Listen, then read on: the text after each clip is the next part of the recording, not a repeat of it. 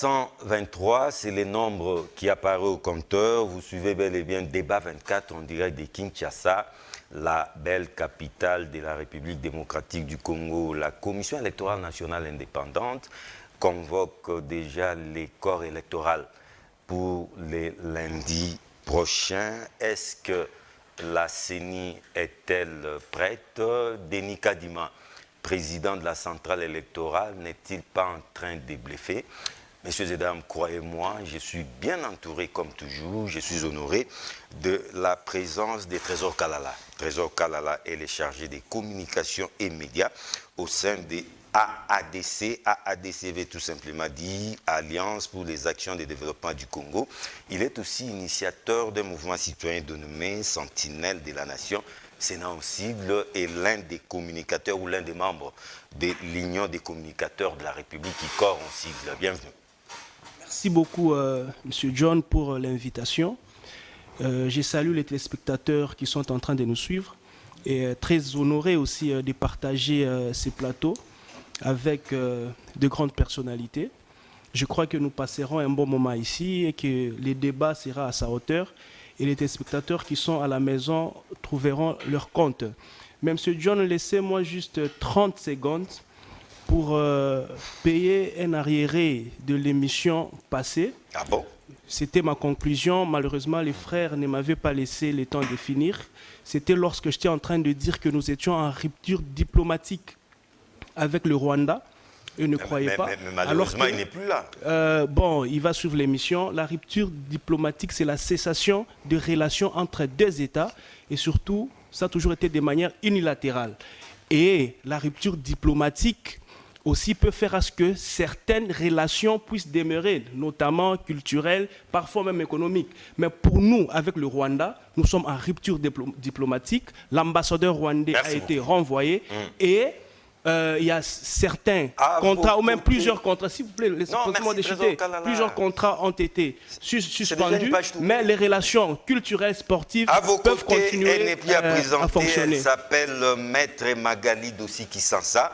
Elle est la présidente nationale de la Ligue des femmes à la DCU, Dynamique Congo Uni, les partis chers à messieurs... elle va me le rappeler, M. Vidier Chimanga, voilà, le nom est arrivé. Elle est aussi l'un des membres de l'Union des communicateurs de la République. Bienvenue. Merci pour l'invitation de ce jour.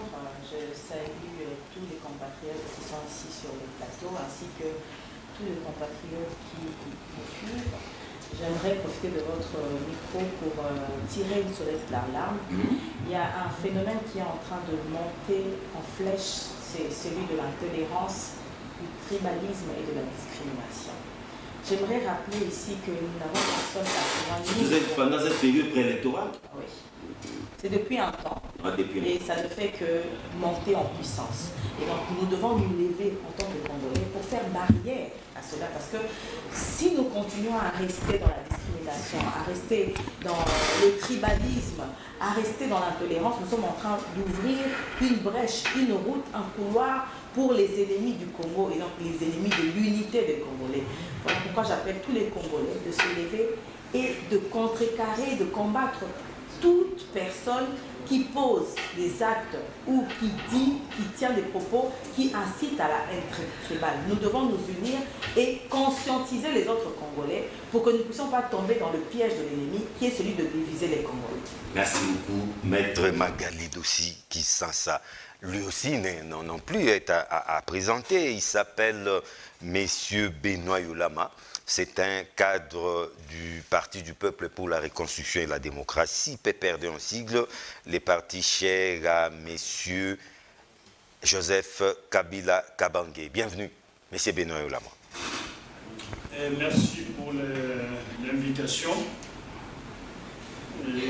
Permettez que je salue les enfants qui sont dans les territoires occupés, principalement dans la partie que les Ougandais et les Rwandais occupent. Ces enfants qui aujourd'hui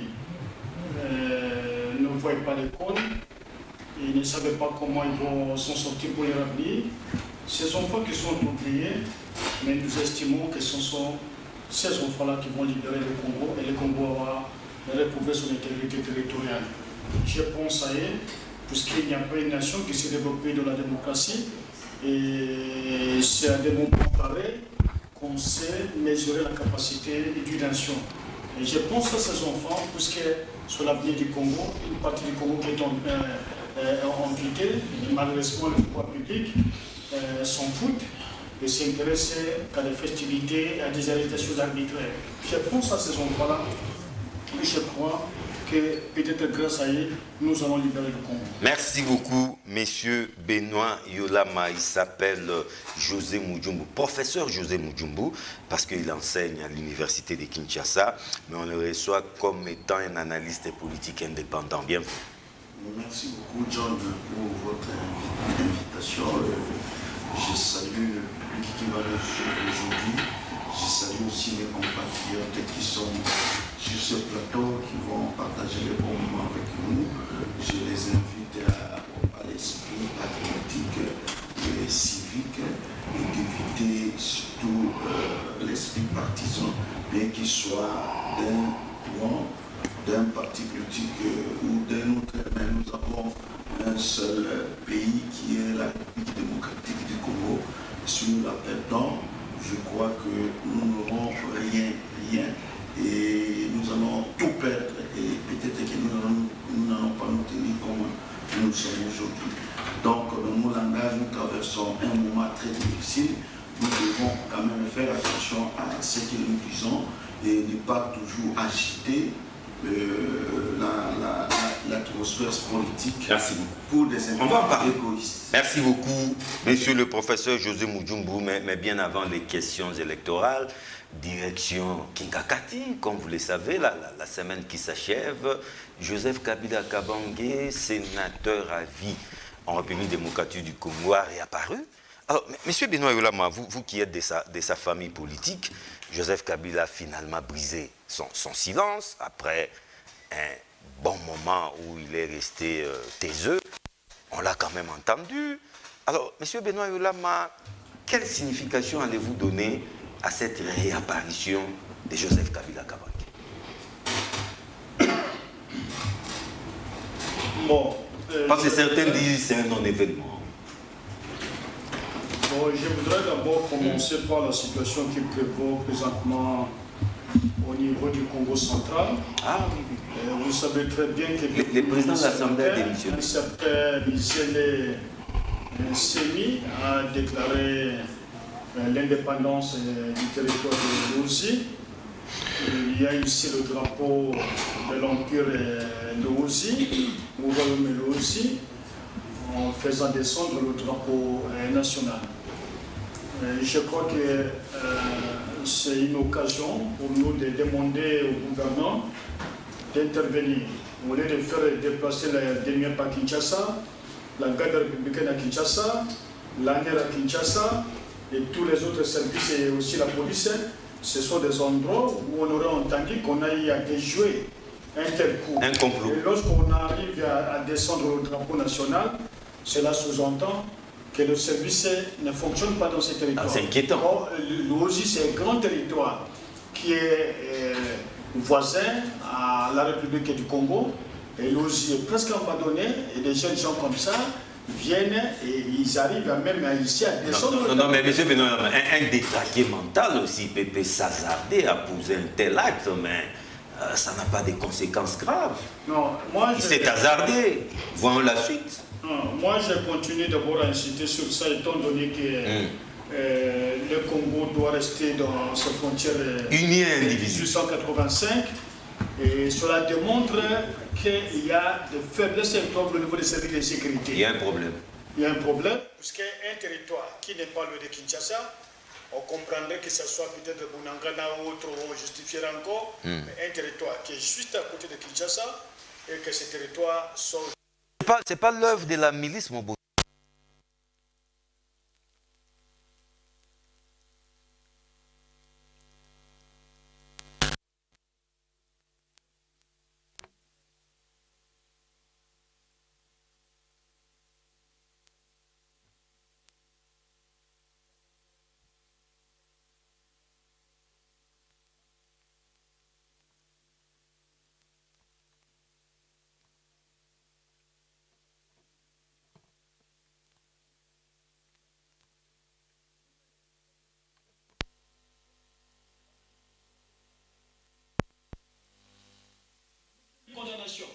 Et j'entends mon ami Peter Kazali, qui était toujours trop dur en l'ancien pouvoir, que lui qui croyait qu'être vice-premier ministre peut-être allait plus facile, nous dit c'est comment nous aussi, peut-être dans cette situation que nous la trouvons aujourd'hui. Attendons la suite. Alors, sur le président Kabila... Ingakati, appel des troupes.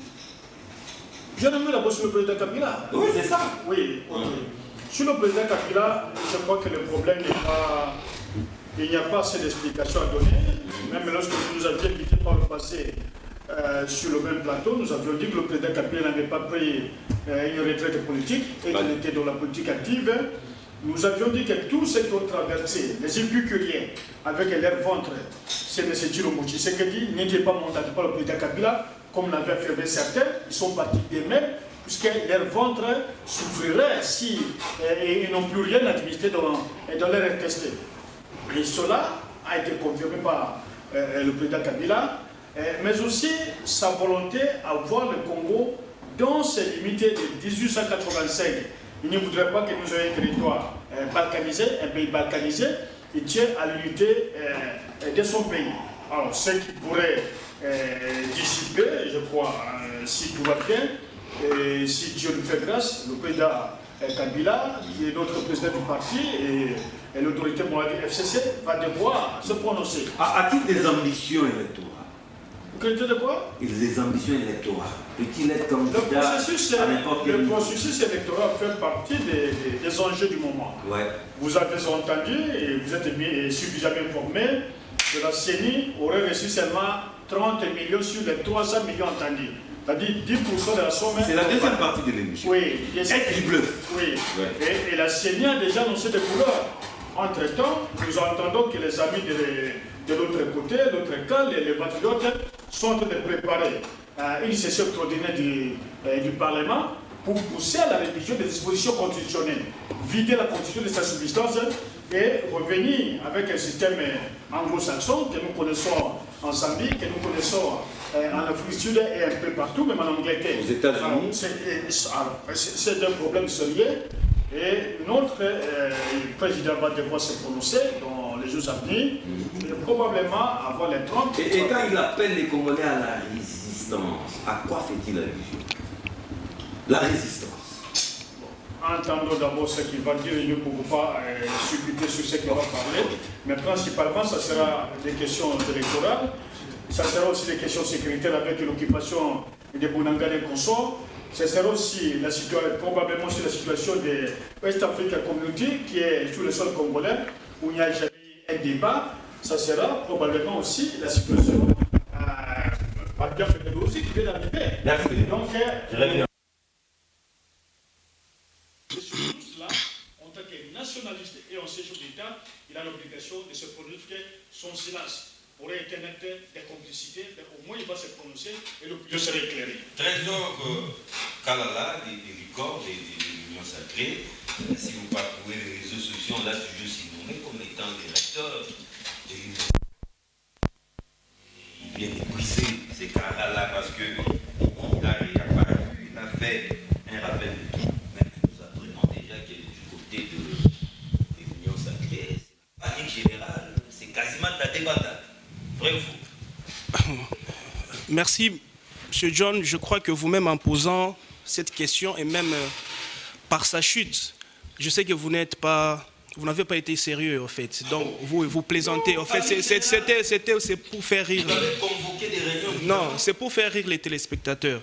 Déjà, ici, j'aimerais rassurer à mon aîné, M. Yolama, que Rutshuru, Rumangabo ou Masisi, c'est en République démocratique du Congo. Quand vous dites que les territoires sont amputés, je ne pense pas que ces territoires-là soient au Rwanda. Nous sommes en guerre. Et d'ailleurs, écoutez, il y a la force régionale qui est là. Et la force régionale est là. Et nous sommes en train de suivre la procédure. Et d'ailleurs, dans cette force régionale, il y a aussi les FARDC qui sont là. Non, mais il y a l'EAC qui est là, non? L'EAC est là.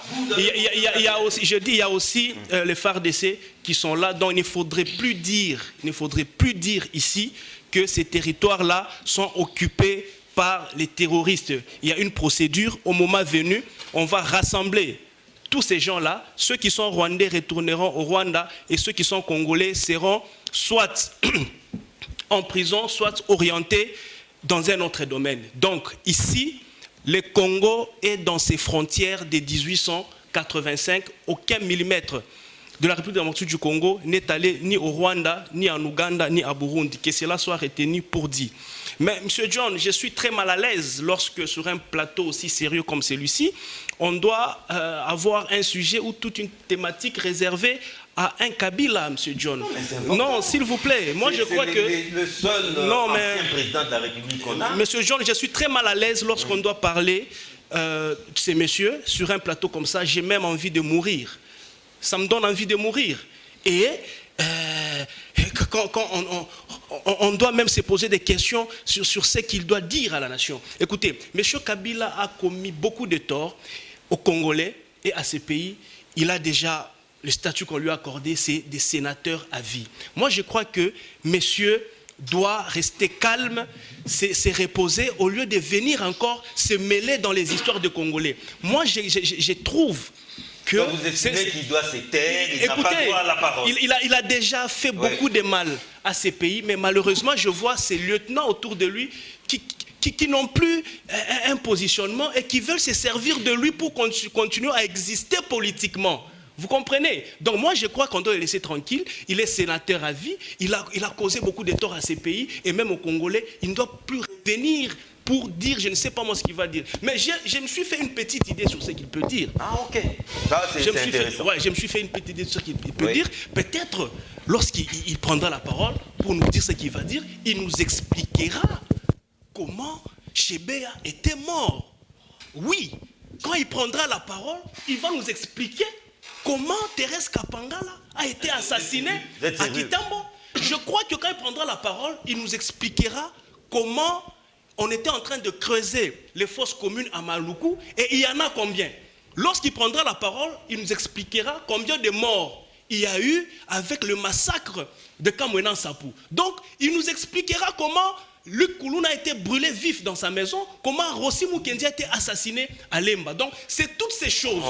Lorsque Kabila prendra la parole, il se mettra à nous expliquer. Mais pensez que quelque chose de bon peut venir de Kabila, eh bien, tout ce qu'il peut dire ou tout ce qu'il peut promettre, il pouvait le faire durant 18 ans. Merci. Il n'a pas pu le faire. Alors aujourd'hui, pendant que les Congolais sont en train de se préparer pour les élections, ils sont sérieux, ils sont concentrés, et vous voulez nous amener sur la table une distraction d'un certain Kabila. Ça donne de la nausée et ça donne même envie de mourir sur ces plateaux.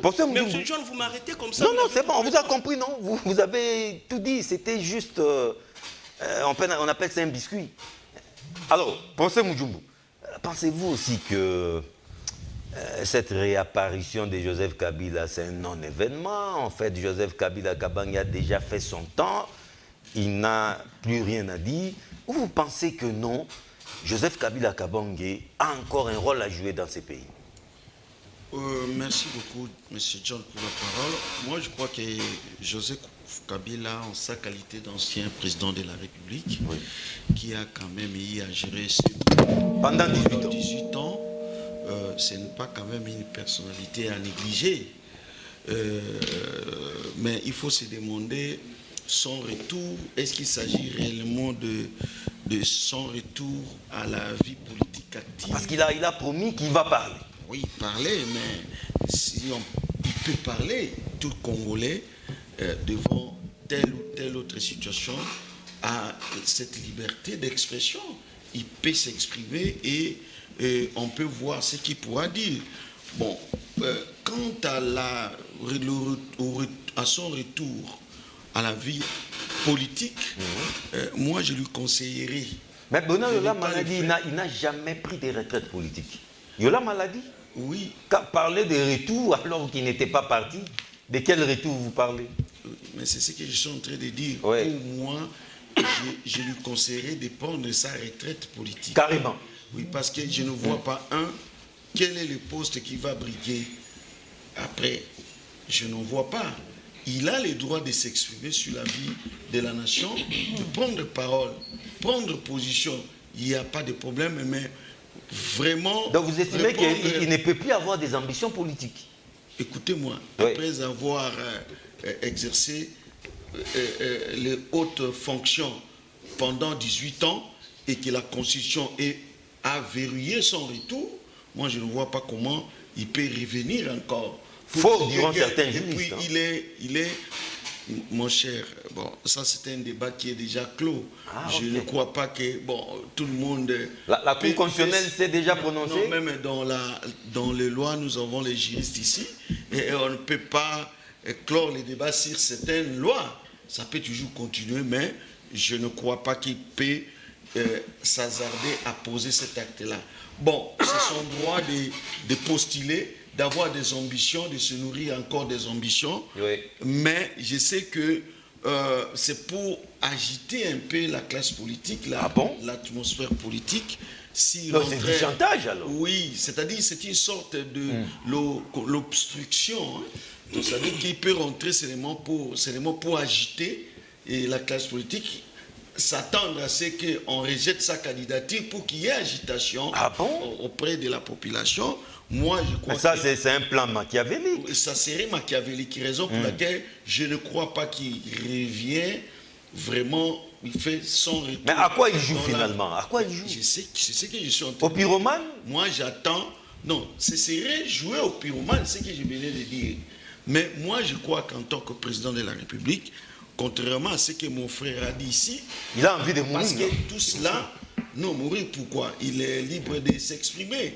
Et moi, je crois que ça, s'il a un dossier, il doit ficeler le dossier et l'accuser devant une cour qui est compétente pour qu'il puisse se rendre compte. Mais je crois qu'en tant qu'ancien président de la République, on l'a beaucoup critiqué parce qu'il ne prend pas position face aux grands problèmes de la nation. Nous sommes agressés. Et un ancien président de la République qui ne parlait pas, non, il devait ne fût-ce que se prononcer. Condamner cela, conseiller les Congolais sur l'attitude à prendre dans ce moment ici, appeler les Congolais à s'unir à la cohésion nationale pour sauver notre pays, pour retrouver la souveraineté de notre pays partout où elle est menacée. Et je crois que c'est devant ces enjeux majeurs-là qu'il doit se prononcer. Mais aller répondre la vie active, je ne vois pas, c'est s'abaisser en quelque sorte, parce que je sais qu'il y a des gens, comme l'a dit mon frère ici, qui le poussent à revenir pour qu'il se retrouve. Vous estimez que c'est une erreur? Oui, c'est une erreur. Une bourde? Oui, c'est son droit de faire de la petite politique, d'avoir des ambitions, je ne sais pas, de tenter de postuler, mais comme je l'ai dit, je ne vois pas comment on peut accepter sa candidature. Non, attendez un peu. J'ai entendu ici mon frère parler du régime politique qu'on aimerait changer, de la réforme de la Constitution. C'est dans les pipelines. Oui, ça se chuchote. Je ne sais pas, ça se justifie comment passer du régime semi-parlementaire actuel au régime parlementaire. Je ne vois pas les chefs de l'État aller dans ce sens-là. Bon, attendons voir. Je crois que jusque-là, régner sans gouverner, je ne crois pas. Ce que je lui conseillerais... Peut-être on passe au régime présidentiel. Qui sait? Oui, moi je dis, je souhaiterais qu'on passe au régime présidentiel, si pas présidentiel pur, mais semi-présidentiel. Je crée une certaine nuance entre les régimes semi-parlementaires et régime semi-présidentiel, où le président de la République nommerait un premier ministre de son choix, sans nécessairement dire que... C'est vraiment un débat, nommé le premier ministre issu de la... sur les sexes des hommes. Ce sont des choses sérieuses dont je parle ici. Une seconde seulement. Que le président de la République nomme un premier ministre, non pas issu de la majorité, mais de son propre choix, pour nous éviter des situations qu'on a connues après l'indépendance entre Lumumba et Kasavubu et dernièrement entre Félix Tshisekedi et Ilunga Ilunkamba. Maître voilà. Magali Dossi Kisasa, vous êtes de la DCU, Union Sacrée, ICOB. Cette réapparition de Joseph Kabila, en ce moment, les moments aussi stratégiques, vous laisse indifférente ou suscite en vous quelques appréhensions? Avant de répondre à votre question, j'aimerais un peu rencontrer certaines choses que je viens d'entendre. Monsieur Yolama a parlé aux enfants de Bunagana. J'avais beaucoup apprécié son entame lorsqu'il a commencé par les saluer. Non, je parle de Bunagana. Mais il a chuté en disant que Bunagana a été abandonné. Alors que nous savons que Bunagana n'est pas abandonné. Monsieur Trésor Kalala, ici présent, a bien démontré clairement que Bunagana n'est pas abandonné. Contrairement, nous savons que du 6 juillet 2012 au 5 novembre 2013, sous Kabila et donc sous le régime de monsieur Yolama, Bunagana était entre les mains des M23. Et donc, s'ils pensent que comme eux, ils avaient abandonné à ce temps-là Bunagana, nous allons faire la même chose, ce n'est pas le cas. Parce mais que jusqu'à présent, qui contrôle Bunagana? Mais on vous a expliqué ici que la force régionale... La FARDC aussi là. Ce que vous devez savoir, c'est que dans la force régionale, l'EASA, le RDC est membre de l'EASA. Et donc, le fait que la force régionale occupe cette partie a fait en sorte que la population puisse commencer à reprendre peu à peu ses activités normales.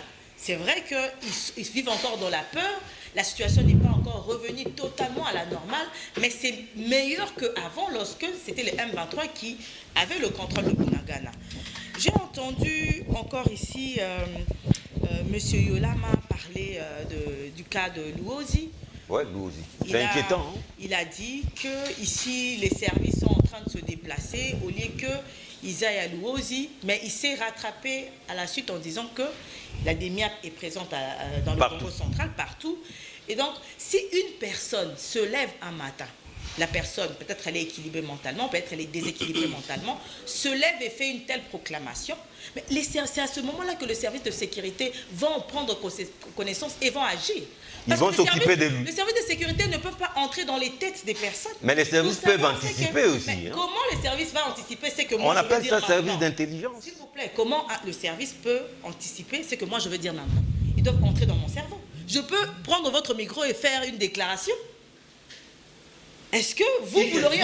Mais oui, est-ce que vous l'auriez anticipé? Aucun service ne peut anticiper. Il y a certaines choses qu'on peut anticiper et d'autres choses qu'on ne peut pas anticiper. Mais si la situation reste telle qu'elle, là, on peut condamner le service. Mais si le service reprend le dessus, prend le contrôle de la personne qui est peut-être déséquilibrée mentale ou pas, on ne peut pas condamner le service. Il ne faut pas condamner le service pour condamner le service. Le professeur ici en face a dit que tous les Congolais peuvent s'exprimer. Le professeur Moudjoumou. Excusez-moi, j'ai oublié le nom du professeur Moudjoumou. Il a dit que tous les Congolais... Excusez-moi. Ça fait un moment qu'on ne s'est plus croisés. Voilà, merci beaucoup de m'excuser. Il a dit que tous les Congolais peuvent s'exprimer devant telle ou telle situation. Et Joseph Kabila aussi fait partie de ce cas-là. Non. Joseph Kabila n'est pas comme tous les Congolais. Joseph Kabila a un statut spécial. Il a même une loi. Je renchéris juste à ce que vous avez dit. C'est un Congolais, il est le seul ancien chef de l'État qui est en vie. Et qui est régi. Il s'est fait faire une loi à sa taille. Taillée sur mesure. Et dans cette loi, à l'article 5 de cette loi portant sur le statut des anciens chefs de l'État, il lui est imposé, astreint, une obligation générale de réserve. Droit de réserve. Il ne peut pas parler comme il le veut. Il a une obligation. Il a promis de parler. Mais vous savez, ce que les amis sont en train de dire ici, la famille politique de Joseph Kabila sont en train d'induire en erreur Joseph Kabila. Ils sont en train de l'exposer à la prison. Si le viol les prescrit, mais bien sûr. Mais bien sûr. Mais écoutez, la loi, elle est claire. Vous pouvez prendre cette loi, lire l'article 5 pour édifier nos amis qui nous suivent. Et je sais que dans le reste, parce que c'est vrai que le PPRD, le FCC est en train de s'éviter, mais je sais que dans le peu de membres qui restent dans le FCC, il y a des juristes qui doivent protéger le président Kabila. Le président Kabila doit faire attention. Parce que lui, c'est vrai, c'est un acteur. Non, c'est un conseil. Ce n'est pas une menace. Parce que moi, je n'aimerais pas que le président Kabila se retrouve. Il a réussi en faisant en sorte d'avoir une immunité. Il a été immunisé de tous les crimes, toutes les infractions qu'il a eu à commettre en tant que président de la République.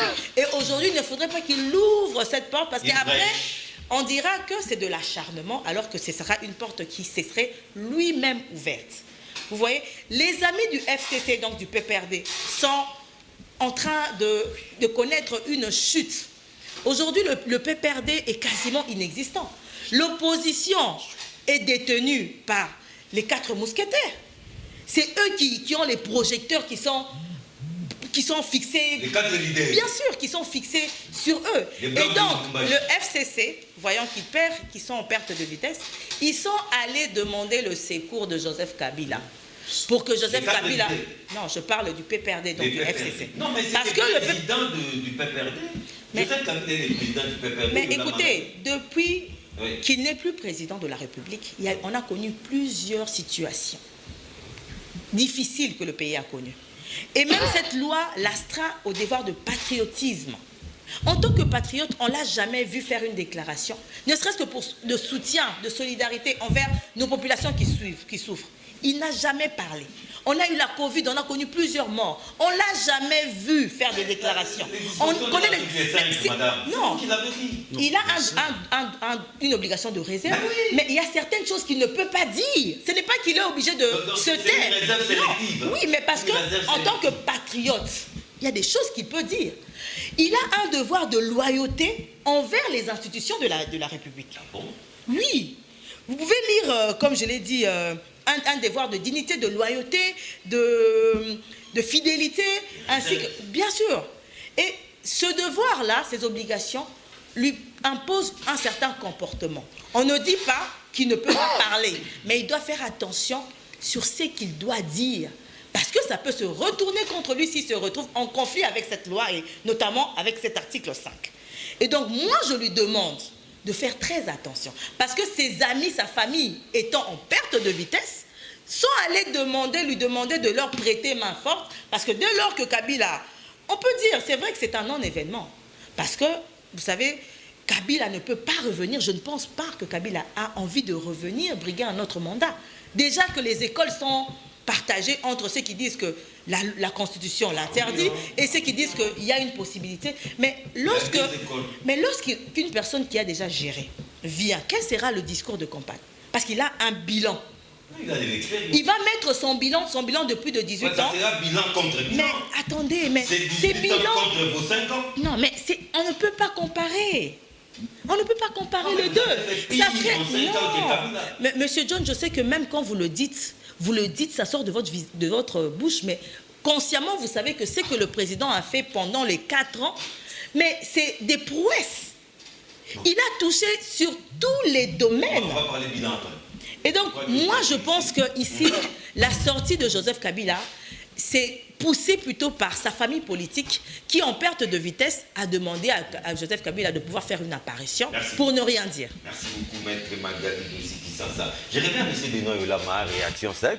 Vous avez droit aux réactions, mais on évolue.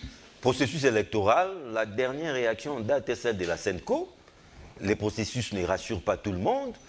Vous l'avez dit ici, se pose aussi un problème d'argent. Mais pensez-vous que ce qu'est fait Denis Kadimala, c'est du bluff? En réalité, il sait que d'ici là, la CENI sera butée au mur, mais il continue de tromper les Congolais. Oui, permettez-moi d'abord que je revienne sur certains propos que j'ai entendus de la part de mes contradicteurs, les gens de l'Union sucrée. D'abord, le président Kabila, c'est un citoyen spécial par rapport à tous les autres citoyens. Le premier élément, c'est qu'il a dirigé ce pays. Sur ce plateau, personne n'a dirigé le Congo. Donc ça, c'est la première caractéristique. La deuxième caractéristique, c'est que le président Kabila a un statut particulier. Il est un sénateur à vie. Et il n'a pas été élu, mais c'est du fait de la loi. Et le troisième élément, il est le chef d'une structure politique, la plus importante, même à l'intérieur du Parlement. Et le quatrième élément, c'est que le président Kabila, c'est un nationaliste. Il n'est pas comme les autres qui font le tourisme politique et qui voyagent à travers le monde. Alors, si vous voulez revenir sur le débat Kamounan Sapou, je demande à John de préparer une émission. Dès que je vais sortir, quitter l'hôpital définitivement, je vais venir lui expliquer que j'étais directeur des cabinets intérimaires pendant l'affaire Kamina Sapou au niveau de Kananga, je connais au moindre détail l'affaire Kamina Sapou qui est de venir avec des accusations sans fondement. Et c'est l'œuvre de l'UDPS. Et je le dis encore, c'est l'œuvre de l'UDPS. Et les gens de Kamina Sapou ont demandé pardon au président Kabila. Je cite M. Génie Kandé qui a été à Kananga après son passage à Moueka. Et les gens, les responsables de Kamina Sapou, ont demandé pardon au président Kabila et ils ont envoyé un document. Et donc, il n'y a pas de débat sur la question. Mais s'il faut que nous puissions comparer les choses, il n'y a pas longtemps, les gens de mon enseigne ont été tués ici à Kassangoulou. C'est une centaine de personnes. On n'en parlait pas. Et même ici à ma campagne, puisque vous voulez insinuer pour dire il doit expliquer. Mais il vous a laissé le pays, mener des enquêtes, produire des documents, accuser-les, aller devant les juges. Et sur l'opportunité de son message, je crois que c'est très opportun, puisque même Colette Brackman, qui est l'une des journalistes les plus informés du Congo, qui vient d'être ici à Kinshasa, elle a, dans un article d'il y a 2-3 jours, elle a même parlé que la communauté internationale entendait beaucoup du discours du président Kabila. Maître Magali nous a évoqué l'article 5 ici, qui dit alors de ses droits de réserve. Il est astreint aux droits de réserve. Écoutez, devant la situation catastrophique que nous traversons, le président Kabila est tenu de dire quelque chose, de parler. Mais il ouvre une brèche. Et surtout qu'il est parmi les nationalistes. Il a le seul pays. Pourquoi le président Kabila est réclamé par la population? Et puisque M. Tshilombo a failli dans tous les secteurs. Est-il réclamé? M. Tshilombo a fait dans tous les secteurs. Je ne vois pas le secteur qu'il a réussi. 100 jours, 2 millions de caissés, partis en fumée. Les mêmes travaux financés 3 fois. Il faut faire l'aéroport d'Ngili. Vous trouverez que les sauts de moutons fabriqués au début du mandat de M. Tshilombo a déjà produit des maïs que les routes que les Chinois ont laissées ici au Congo. Il y a déjà des maïs et il y a des trous partout. Le seul, c'est le saut de mouton de 24 qui est à bon état. Les restes, ils ont tripoté, financé, à côté, pas loin de... Oui, ici à côté. Ouais. Le reste, il n'y a plus rien. Le président Kabila a laissé les institutions de l'État. Il a laissé les assemblées provinciales. Il a laissé des bâtiments que vous utilisez aujourd'hui. Il a laissé. Plusieurs réalisations. Et c'est la réalisation des travaux financés hier par le président Kabila qui donne le résultat aujourd'hui. Les cas de l'usine d'eau d'Engaliema depuis 2016. L'Embaïmbou, depuis 2015, et tous les autres que je peux citer. Et aujourd'hui, je vous en prie, le processus électoral, je l'ai déjà frôlé dans ma première intervention. Oui. Nous avons un régime, un pouvoir qui ne veut pas écouter, un pouvoir qui veut faire un passage en force. Ah bon?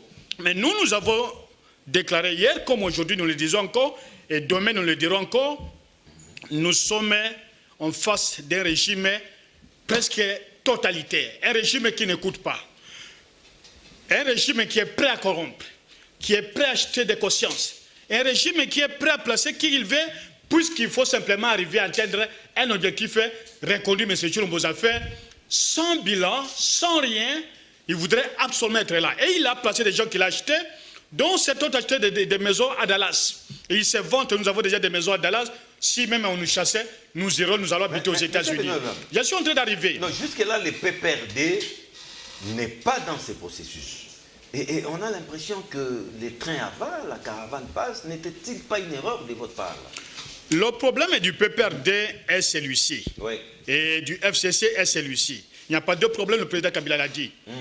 Nous avons besoin que les délégués qui sont réellement issus du PPRD ou de l'opposition siègent donc au bureau de la CENI. C'est ça votre problème. Rappelez-vous qu'en 2000, je prends seulement 2011, nous avions M. Joly, qui était pour le compte du MLC. M. Joly est reparti au MLC après la fin du mandat. Nous avions M. Oumba pour le compte de l'UNC de M. Kamere. M. Oumba, à la fin de son mandat, est reparti dans son parti politique. Ah ouais, nous avions M. Kalamba pour l'UDPC. M. Kalamba est reparti. Mais pourquoi aujourd'hui on ne veut pas que nous vivions la même expérience? Pourquoi on en fait un problème? M. Didi Manara n'était pas le chef de file du PPRD au sein de mais vous avez entendu la déclaration qui avait été par le camarade François Zekouye, qui est député national, le chef des caucus peut perdre à l'Assemblée nationale. Nous ne reconnaissons pas ce départ. Et ils sont partis par le fait de l'argent. On les a achetés, on les a débauchés, on les a achetés. Mais j'ai donné des cas qui sont patents. Ces gens n'ont jamais été achetés, ils ont été désignés par les partis politiques respectifs. Ils sont repartis. Bien qu'aujourd'hui, M. Joly a créé son parti politique, mais ils sont sortis, ils étaient représentés là. Là, ils étaient représentés, les partis politiques. Mais pourquoi cela poserait des problèmes? Si on demande aujourd'hui à l'opposition que l'opposition transmette la liste de ses membres pour le bureau de la CENI, pourquoi ça gêne les autres? C'est parce qu'ils savaient qu'ils sont en train de faire un passage en force. Et vous savez que la Cour constitutionnelle de la poste de M. Chilombo, il n'y a rien à entendre. La Cour qui est incolore. Alors, que nous avions souhaité, mais la Cour aujourd'hui est totalement colorée et même un peu tribalisée. Et donc, nous estimons qu'il n'y a aucune garantie ou il n'y a aucune confiance. Seulement confiance. Il n'y a pas d'élection sans confiance, il n'y a pas d'élection sans garantie de transparence. Mais au stade actuel, il n'y a rien du tout. Mais vous avez entendu, puisque vous ne vouliez pas peut-être que je le dise, la CENI aurait reçu 30 millions sur l'enveloppe de 300 millions de dollars. 30 millions seulement. 30 millions seulement. Et vous avez entendu aussi le problème des cartes dont les noms et les identités n'existent plus. Les photos. Vous avez entendu aussi que le président de la CENI lui-même a déclaré que dans les conditions actuelles, il n'est pas en mesure d'organiser les élections. Il l'a dit. C'est déjà tweeté, c'est déjà sur la place publique. C'est déjà sur la place publique. Et donc, nous estimons que tout ce que fait le pouvoir, c'est tenter de retarder et qu'on fait des comptes. Mais le même Kadima a déjà convoqué le corps électoral pour ce lundi. C'est déjà le dépôt des candidatures. Non, s'il y a dépôt, il n'y a pas de dépôt, entendons voir. Les jours à venir, nous aurons raison. Okay. Parce que nous avions expliqué par le passé, on a tenté de discuter, mais en tout cas, le fait, nous aurons raison dissiper. En tout cas, passage en force, il y a quelques faits qui payent cette allégation. 30 millions de dollars américains seulement sur les 300 millions. Et paraît-il que le président lui-même tweetait aussi qu'il n'est pas en mesure d'organiser des élections, à cette allure en tout cas. Merci beaucoup, M. John. Je crois que les téléspectateurs sont en train de suivre. Vous me laisserez aussi le même temps d'antenne que vous avez laissé. 6 minutes. Donc, je devrais aussi bien m'exprimer. 6 minutes. M. John, j'aimerais faire une petite marche arrière. Je vous avais dit dès mon premier coup de parole que je suis très mal à l'aise lorsque je dois parler de celui que vous appelez Kabila. M. John, la malédiction de ces pays a un nom. Le malheur de ces pays a un nom. Et ce nom-là, c'est celui que vous appelez Kabila. Si aujourd'hui nous sommes entourés par le Rwandais, mais c'est à cause de celui que vous appelez Kabila. Avec ses accords, avec le CNDP, le M23, aujourd'hui le Congo est en train de souffrir de tout ça. C'est à cause de Kabila. Donc qu'on ne vienne pas à censer quelqu'un sur ces plateaux pendant que, quand vous citez son nom, les Congolais sont fâchés. Et je suis étonné que mon aîné dise ici que le peuple est en train de réclamer le retour de celui que vous appelez Kabila. Mais nom de Dieu, M. John, de qui on se moque? On veut se moquer de ce peuple qui a tant souffert à cause de ces messieurs-là. Moi, je crois que le temps doit être révolu. Messieurs doivent se taire. Et même quand M. Yolama est en train d'expliquer l'histoire des Camerounais Sapou, je veux bien que ça soit... Mais je veux bien que ça soit lui-même, Joseph Kabila, lors de sa prise de parole.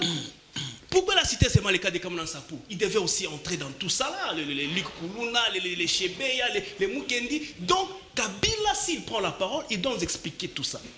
Le professeur dit qu'il y a eu des événements très graves dans ces pays, notamment Covid, et nous sommes agressés.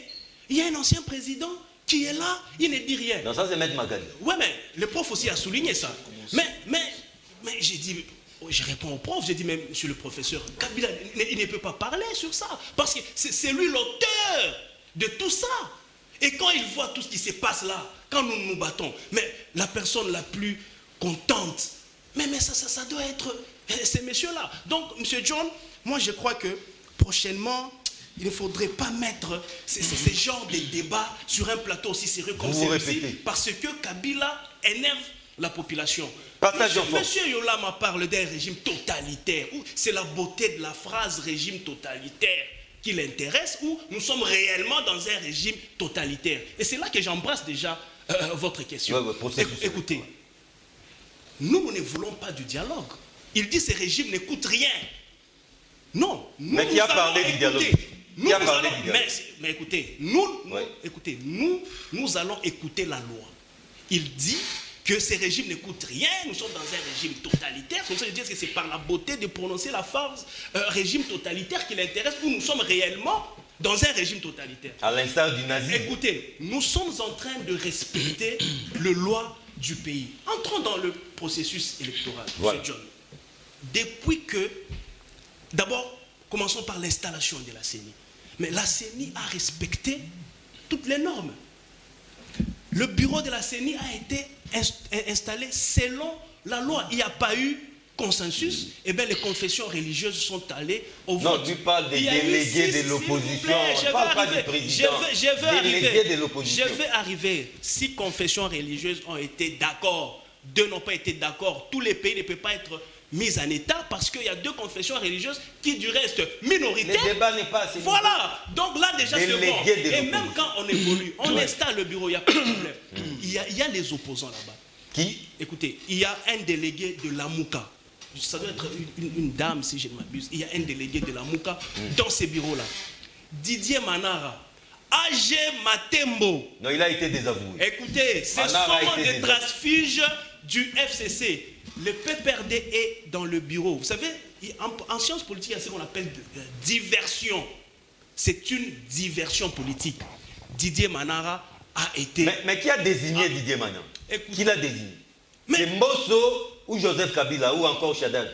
Non mais écoutez, il ne faut pas citer ces noms-là. Et puis Mbosso n'a rien à voir dans ça. Mais il est venu avec le mandat du PPRD. Ah bon, signé par qui? Ok, dites-moi. Patricia Seya est là-bas. Lui, c'est l'UDPS. IDPS. Ouais. Vous pouvez me donner l'acte qu'il a mandaté? Donc, on peut tourner la page. Non, donnez-moi l'acte. Non, allons comme ça. Patricia Seya. L'UDPS n'a pas désavoué. Non, écoutez, j'ai dit ceci. Oui. Patricia Seya. Parce que vous me demandez l'acte qui a mandaté Didier Manara. Je pose aussi la question. Où je me pose la question. Vous pouvez me donner l'acte qui a mandaté Patricia Seya au sein du bureau de la CENI. Alors, c'est comme ça que je... Non, la diversion, c'est du côté du PPRD. Didier Manara était chef du groupe parlementaire du PPRD. Vous comprenez? Et il est allé... AG Matembo, c'est un haut cadre dans les FCC. Et voilà, ils sont dans les bureaux de la CENI. Donc écoutez, dans le bureau de la CENI, nous avons connu Manara comme opposant, nous avons connu AG Matembo comme opposant, nous avons connu l'autre là de la Moukala comme des opposants. Donc l'opposition est suffisamment et même largement représentée dans ces bureaux de la CENI. L'opposition cherche quoi? Ils cherchent des prétextes. En fait, le pouce sur la tête d'un chauve. Parce qu'ils ne sont pas prêts d'aller aux élections. Ils n'ont même pas de candidats à présenter. Alors qu'est-ce qu'il faut? Il faut diaboliser ces processus-là. C'est pourquoi Fayoulou s'est retiré? Mais écoutez, Fayoulou là aussi, c'est une autre paire de manches. Donc s'il faut finir avec eux, et d'abord ils critiquent ce processus électoral, ils ne sont même pas partie prenante. Ils ont dit qu'ils n'allaient pas s'enrôler et qu'ils ne participeront pas. Ils ne participeront pas. Donc je ne vois même pas pourquoi ils doivent tout le temps se concentrer sur ces processus électoraux. Et pour terminer, parce qu'ils ne sont même pas partie prenante. Donc le train des élections est en marche. Monsieur John, aucune étape du calendrier électoral n'a été sautée pour montrer les indices de la mauvaise foi de ne pas organiser les élections. Il y a eu enrôlement. Il y a eu la loi sur la répartition de sièges. Bientôt, c'est les dépôts des candidatures. Donc nous sommes en train, s'il vous plaît, je vais chuter. Nous sommes en train d'exécuter le calendrier sans donner des indices d'une mauvaise foi de ne pas organiser les élections. Pour finir, vous avez parlé de Martin ici. Mais écoutez, Martin, il s'est retiré du processus électoral. En fait, c'est vraiment ridicule. Il était aux États-Unis, il est allé chercher un lobbying qui n'a pas tenu, et selon les indiscrétions, ces lobbying lui auraient demandé de soutenir la candidature des Katumbi. Mais même son parti n'est pas d'accord avec lui. Il n'est pas d'accord. Et comme il ne sait pas soutenir, s'il vous plaît, il ne sait pas soutenir la candidature des Katumbi, parce qu'on aurait appris qu'il aurait reçu même une somme de 3 millions de dollars pour désister. Imputation, j'ai dit, on aurait appris, je parle aux conditions, il aurait reçu même une somme auprès de ces messieurs-là pour qu'ils puissent céder afin que l'autre puisse prendre la route. Donc, nous sommes prêts pour les élections. il y aura élection, il n'y a pas d'indice qui montre qu'il y a mauvaise foi pour ne pas organiser les élections. Le calendrier est en train d'être exécuté et bientôt le dépôt des candidatures va commencer. Partagez-vous l'optimisme de notre ami Kalala Trésor? Les processus, les trains électoraux est sur les rails et ces trains évoluent très bien et certainement il arrivera à bon port. Malheur à ceux et celles qui ne veulent pas prendre place à bord. Merci beaucoup, John, pour la parole. Les élections, c'est une obligation constitutionnelle. Tout à fait. Comme c'est une obligation constitutionnelle, nous sommes tenus d'y aller, coûte que coûte. Bien sûr, la loi le prévoit, s'il y a des problèmes qui se poseraient, il y a possibilité peut-être de reporter. Et la CENI va apprécier et le moment venir. Mais ce qui m'écoeure beaucoup, c'est que nous voyons que les choses se répètent sans qu'on tire les leçons de l'histoire dans notre pays. Je donne un exemple, comme là où j'ai fini.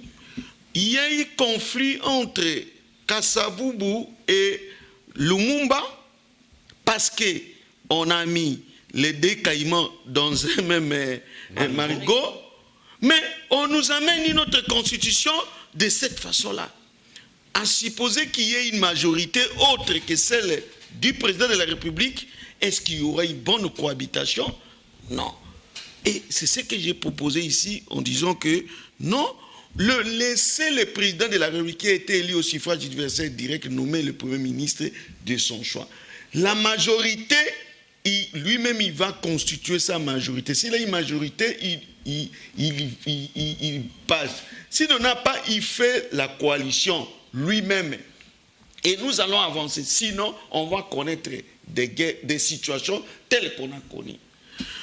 Je vois mon frère Yolama critiquer le pouvoir actuel si les choses que eux-mêmes, si les erreurs qu'eux-mêmes, je ne sais pas si je peux appeler ça des fautes qu'eux-mêmes, que le PPRD et son groupe commettaient ici. Ah bon? Souvenez-vous, le président, les élections de 2016, je crois, où l'IDPS n'était pas partie prenante, mais ils avaient avancé. On avait décrié de la manière la plus forte possible comment les présidents de CENI, les membres qui construisaient les bureaux étaient là-bas. Comment les bureaux étaient constitués. De la même façon que nous voyons ici. Peut-être que pire que ce que nous voyons aujourd'hui. Mais comment ils critiquent? C'est bien de critiquer, mais quand même, laissez-nous qui critiquions, qui n'étaient pas là-bas, critiquer peut-être, mais ce ne sont pas eux qui doivent critiquer. Je ne sais pas, vous allez quand même... Ils doivent se taire, en tout cas, pas des... Oui, mais je ne vois pas, parce que certaines choses, ils se comportaient comme ça. Ils disaient que, je suis dedans, ils disaient que les chiens à bois, la caravane passe. Ah oui. Et c'est ce que nous avions connu. Constitution du bureau de la CENI, bon...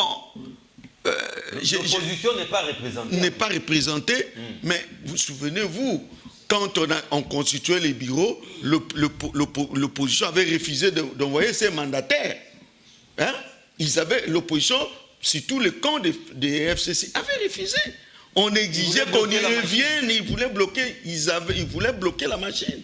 Raison pour laquelle les autres qui avaient un esprit révolutionnaire ou qui voulaient qu'on puisse, je ne sais pas si on peut dire patriotique ou quoi, qui voulaient que les choses marchent, avancent et sont allés là-bas. Non, sans la bénédiction de leur parti. De leur parti, comment il y a un groupe de gens qui ont accepté d'y participer et ceux qui ont refusé, ils sont restés. Et c'est de la même manière que le PPRD, à l'époque, c'était FCC, s'est comporté. Souvenez-vous d'un certain Kalamba dont vous avez parlé ici. Il était de l'IDPS, mais je crois que vous allez me rappeler, il était désavoué, je crois. Par l'IDPS. Par l'IDPS. Vers la fin, là. Est-ce que c'était vers la fin? Je ne sais pas, mais je ne crois pas. Mais c'était la caravane. Il avait gardé son... Les chiens à bois, la caravane passe. Voilà, ce sont les mêmes méthodes que eux, applaudissaient, et les mêmes comportements qu'ils affichaient, actuellement, ils sont en train de critiquer les autres.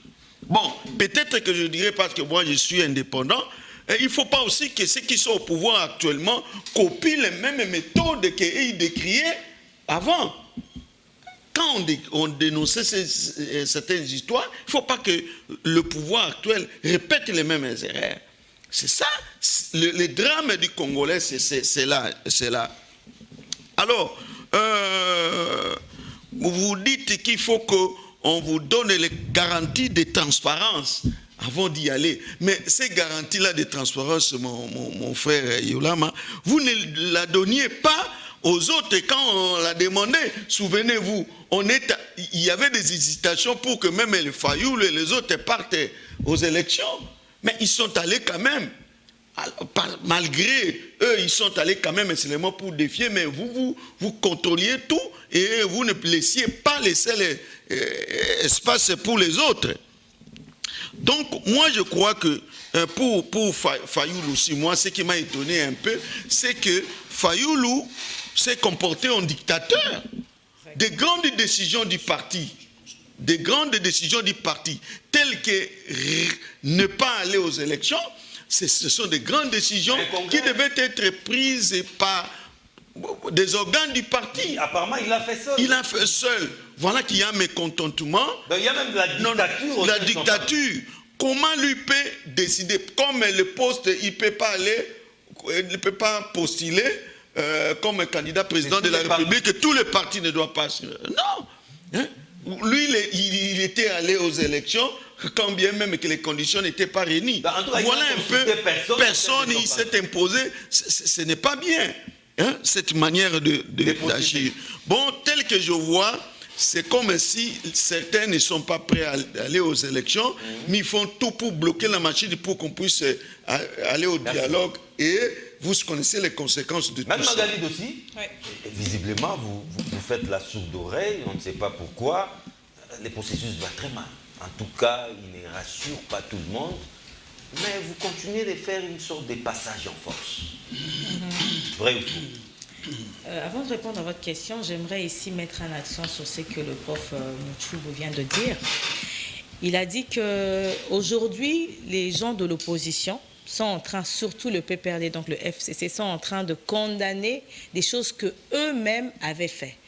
Mais moi, je vais aller au-delà de ça pour dire qu'ils veulent faire croire à l'opinion que le régime est en train de faire ce qu'eux, ils avaient fait. Ils veulent, au fait, jeter le discrédit sur le régime. Parce que le processus est déjà en marche. Ils ont voulu ne pas faire partie du processus. Ils n'ont pas voulu s'enrôler. Et je ne sais pas à quel titre ils vont prendre part à ce processus ou à quel moment. D'autres disent que comme les candidats peuvent s'enrôler même au dépôt de la candidature, ils peuvent le faire. Même députés nationaux, ils peuvent le faire. Mais pour quel électeur? Parce que si leurs électeurs ont suivi leur mot d'ordre, ils ne se sont pas enrôlés. Donc ils vont le faire juste par formalité. Aujourd'hui, vous avez parlé de la composition de la CENI. La loi parle des personnes qui doivent provenir de l'opposition parlementaire. Est-ce que Didier Manara ne provient pas de l'opposition parlementaire? Oui. Le monsieur de l'ECID qui siège, il y a même il y a de l'ECID aussi. Ils ont un membre qui siège à la plénière, oui, qui vient aussi. Et pourtant, jusqu'à ce jour, jusqu'à preuve du contraire, le monsieur continue d'être membre de l'ECID. Il y a une contradiction et une incohérence qui ne dit pas son nom au sein de l'opposition. Fayoulou, qui vient de se retirer, j'ai beaucoup aimé ce que le prof a dit, il vient de prouver qu'il est un dictateur. Nous voyons des réactions qui viennent de part et d'autre. Au sein de sa famille politique, il a surpris. Il y a même l'un des députés qui doit carrément écrire, qui doit reconsidérer... Mais si le député écrit, c'est parce que sûrement qu'il a essayé de lui parler. Il s'est entêté, il a décidé de le mettre à la place publique. Parce que quand il a écrit, il savait bien que cette lettre allait se retrouver sur la place publique. Bien entendu. Et donc, aujourd'hui, Fayoulou, est-ce par peur? Est-ce par pragmatisme? Est-ce par réalisme? S'il vous plaît, je suis en train de réfléchir. Non, mais écoutez, vous savez que Fayoulou peut chercher à se protéger. Il a déjà connu un échec. il a eu du mal à se relever de cet échec parce que jusqu'à ce jour, il s'appelle toujours président élu. Peut-être voyant qu'il ne pourra pas faire face au président de la République qui a un bilan qui prêche en sa faveur. Mais écoutez, il a décidé de se retirer.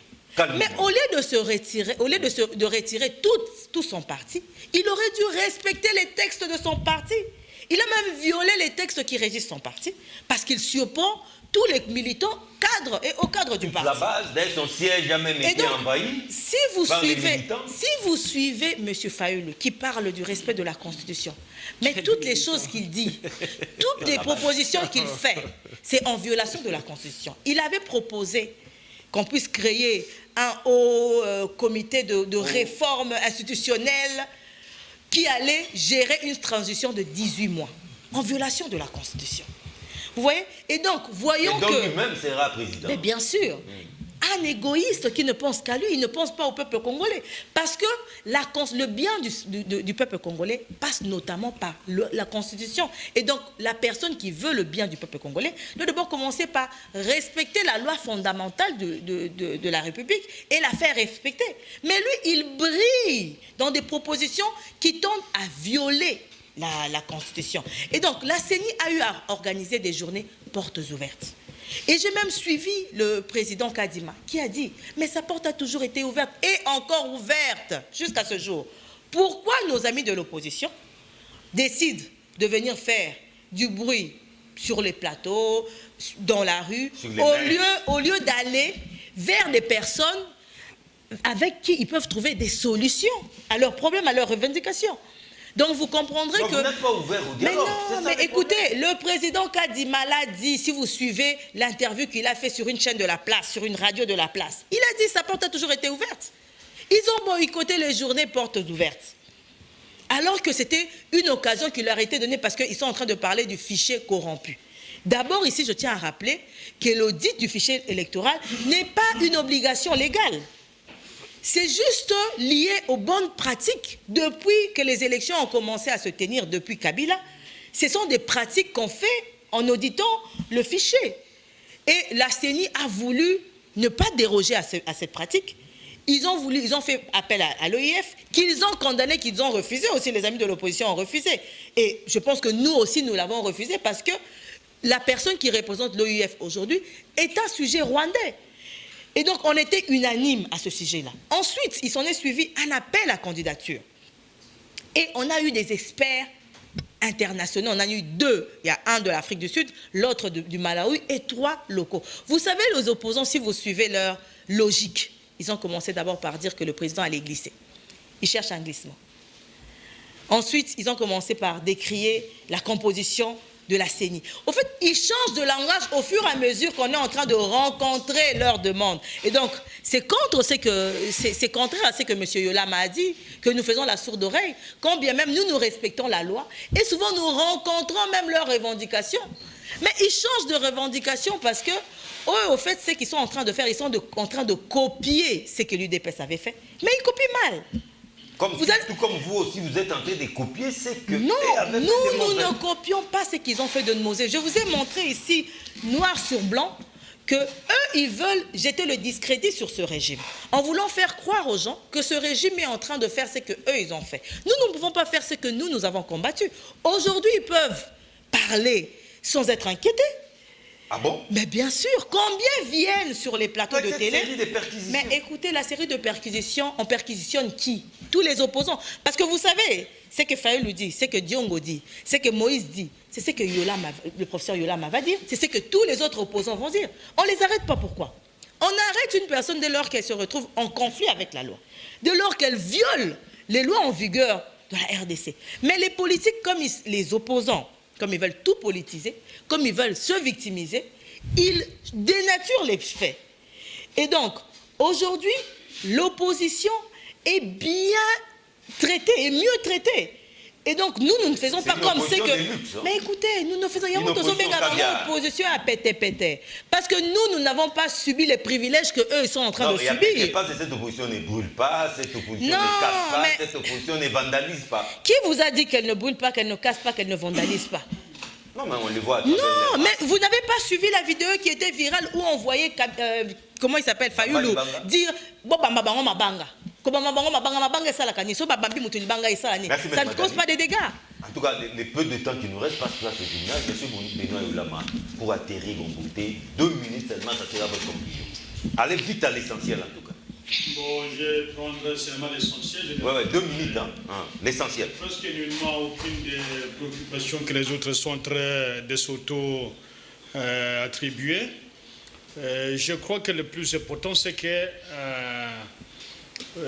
nous avons l'obligation de sauver le pays. Oui. La gouvernance est très chaotique. Les vols et les détournements sont devenus presque monnaie courante au pays. Le clientélisme, le népotisme. Et on nous a inauguré même l'arrivée de la force du progrès qui est payée par les trésors publics. Ah bon? Et vous avez entendu, il y a même des vidéos qui circulent déjà.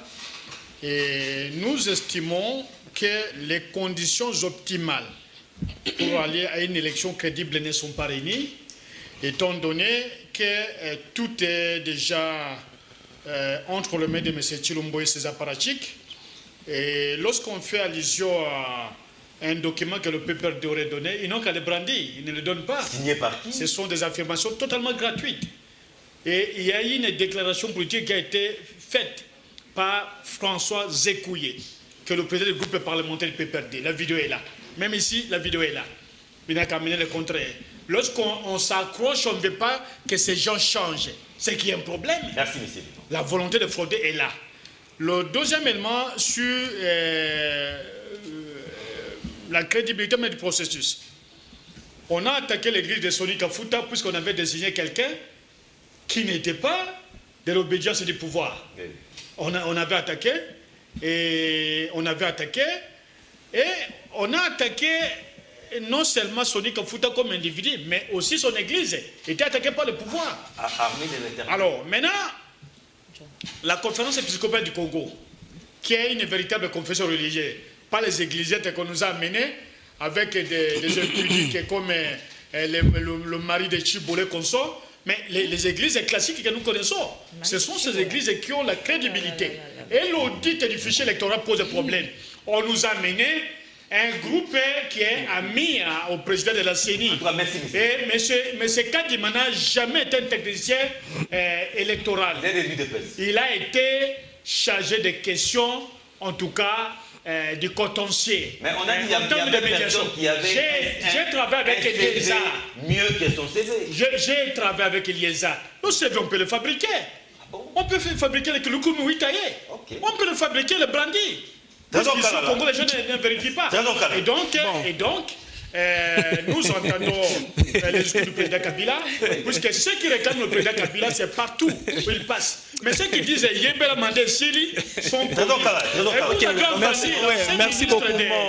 L'ancien ministre de l'économie, lui ne vole pas. Il est acquitté par la Cour de cassation.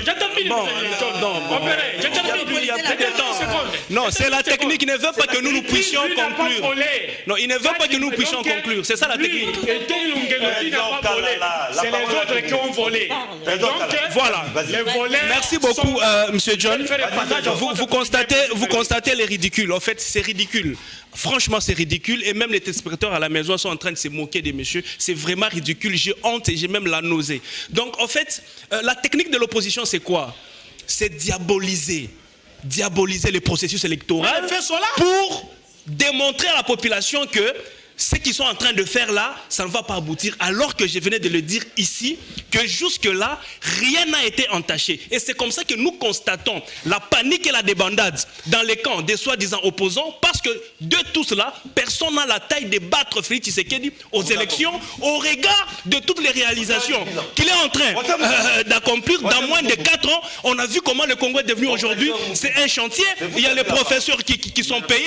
À la fonction publique, les choses ont changé. Il y a des ponts, il y a des routes, il y a des bâtiments. Donc les opposants ne peuvent pas battre Tshisekedi. C'est comme ça qu'ils sont en débandade, ils sont en perte de vitesse. Mais rendez-vous le 20 décembre 2023. Je crois que, quant à moi, j'estime que boycotter les élections actuellement, c'est une erreur.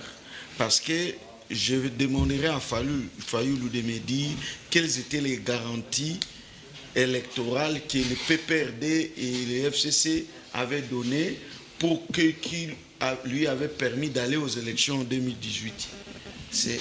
Est-ce qu'il avait les garanties possibles? Je ne crois pas. Moi, je crois qu'il devait batailler fort pour quand même que notre démocratie puisse devenir vivace. Madame Mangali. J'ai suivi les propos du professeur de M. Yolama qui a dit qu'il devait sauver le Congo parce que les vols et le détournement ont élu domicile. Mais nous avons vécu ici dans ce pays sous leur régime. Nous avons vu un directeur de cabinet détourner 32 millions. Hein, c'était l'affaire. Mais il est avec vous. Il n'a jamais, s'il vous plaît, je suis en train pour dire que ces choses, l'Union sacrée regroupe les fils et filles du Congo. C'est qu'ils veulent suivre la vision du chef de l'État. Et donc, si ces personnes suivaient la vision d'une autre personne et faisaient des dégâts, sous Tshisekedi, les dégâts ne sont pas permis. Et il a encore dit que tout est entre les mains du président Tshisekedi. Ils ne veulent pas prendre part à ce processus parce que le processus est biaisé. Il y a une fraude qui s'est déjà organisée. Au fait, les gens, les amis du PPRD, s'imaginent que nous allons emboîter leur pas. Faire ce qu'ils ont fait. Comme ils ont eu à organiser des fraudes lors de la première, de la deuxième élection, ils sont habitués à organiser des fraudes. Et c'est ce que je disais même. Ils sont en train de vouloir jeter le discrédit sur ce régime en voulant faire croire que ce régime est en train de recopier ce qu'ils ont fait. Alors que ce régime n'est pas dans ça. Et donc, aujourd'hui, la population congolaise n'a pas besoin de Kabila. Personne n'est en train de réclamer Kabila. On a tous chanté contre Kabila ici. Yébela. Donc Kabila n'a pas envie de revenir. C'est vous qui voulez venir manipuler la population. Une seconde. Il y a trop de perquisitions. Mais c'est que vous allez nous donner, c'est que nous tous nous aurons une seconde. Les perquisitions, c'est parce qu'il y a des... Prochaine même heure, même chaîne. Au revoir. Professeur Pascal Issouba.